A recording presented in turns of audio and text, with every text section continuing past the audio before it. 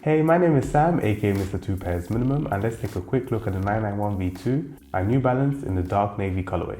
These were released on the 14th of December 2023 for the retail price of £220 here in the UK. I picked these up for just £80 at Offspring summer sales, and it comes in a beige MB made in UK branded box.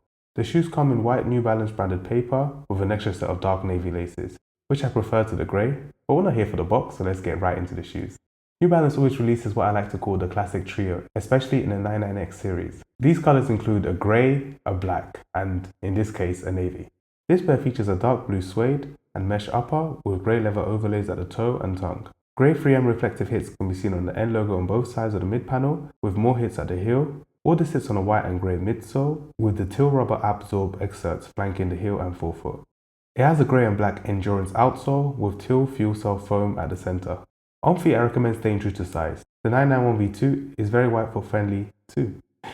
I wanted to bring back the outfit section to these videos. I styled it with my Arsenal AFC icon jersey and JW Anderson and Uniqlo washed blue relaxed jeans.